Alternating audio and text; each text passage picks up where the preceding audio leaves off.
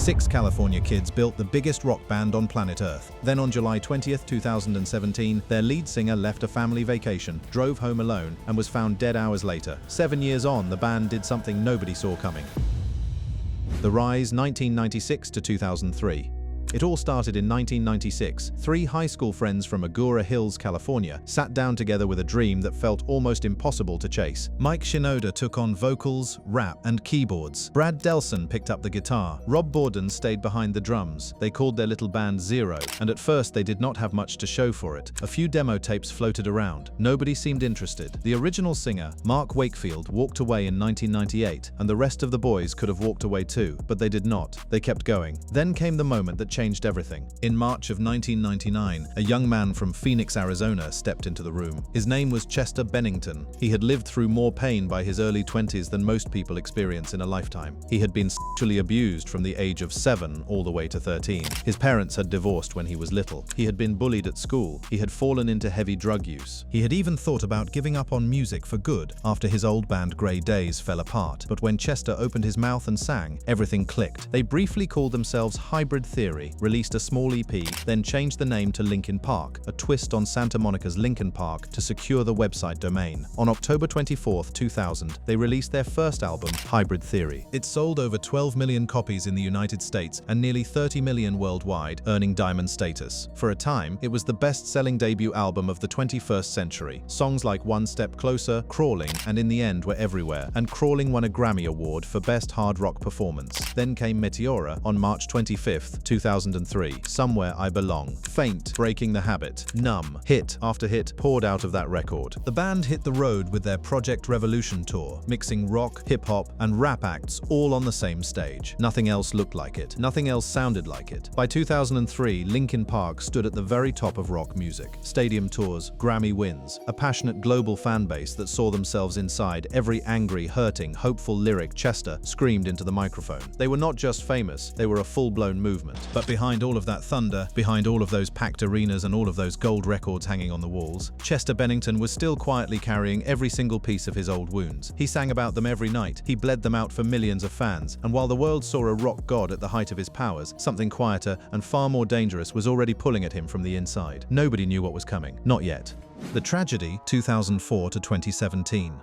Linkin Park never stayed in the same lane for very long. After Meteora, they refused to just copy and paste their own success. In 2007, they released Minutes to Midnight with legendary producer Rick Rubin behind the boards. The album leaned harder into straight rock. Then came 1,000 Suns in 2010, a strange and beautiful experiment that went deep into politics, war, and big ideas. Living Things landed in 2012. The Hunting Party followed in 2014. Then on May 19, 2017, they put out One More Light. That record leaned softer and poppier. It even featured guests like Kiara and Pusha T. Nobody knew it would be the last album the world would ever hear with Chester's voice on it. Behind the scenes, Chester fought battles no album could hide. He struggled with addiction, depression, and anxiety. His childhood trauma stayed with him, along with health problems, surgeries, injuries, and difficult personal relationships. One of his closest friends was Chris Cornell, the legendary voice of Soundgarden. They shared a deep bond and often performed together. Then on May 18, 2017, Cornell took his own life. Chester was devastated. He performed Leonard Cohen's Hallelujah at the funeral through tears as the music world mourned alongside him. Then, just over 2 months later, the unthinkable happened. On July 20, 2017, Chester Bennington was found dead in his home in Palos Verdes Estates, California. He had died by suicide. He was 41 years old. Toxicology reports showed only trace amounts of alcohol in his system. He left no note behind. He had been on a family vacation but had come back home alone, reportedly to get some work done. The cruelest twist of all was that Chester died on what would have been Chris Cornell's 53rd birthday. He left behind his wife, Talinda, and 6 children. The shockwave hit instantly. Fans around the world wept openly in their cars, in their bedrooms, on social media. Tributes flooded in from every corner of music. The remaining dates of the One More Light World Tour were cancelled. There was no road forward that anyone could see. The voice that had screamed and cried and roared for so many lost and lonely listeners had gone silent in a single afternoon. A few months months later, on October 27, 2017, the surviving members gathered at the Hollywood Bowl. They called the night Linkin Park and Friends Celebrate Life in honor of Chester Bennington. Blink-182 showed up. Korn showed up. Voice after voice took the stage to sing the songs Chester had made his own. That tribute concert, alongside footage of Chester's final performances with the band, became the way the world said goodbye. After that, the lights dimmed. The band did not tour. They did not put out new music together. They simply walked away from the stage and into a long, painful silence. Many fans believed, deep in their hearts, that this was the end of Linkin Park forever.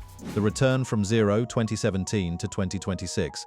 The silence stretched on for years. Mike Shinoda quietly stepped away to grieve, releasing a solo project called Post-Traumatic that poured his pain into songs that felt like open letters. The rest of the band stayed out of the public eye. Rob Bourdon, the drummer who had been there since day one, eventually left the band during the hiatus and chose not to return when the call came later. The remaining members honored the legacy in their own way. They put out a 20th anniversary reissue of Hybrid Theory in 2020, followed by a 20th anniversary edition of Meteora in 2023.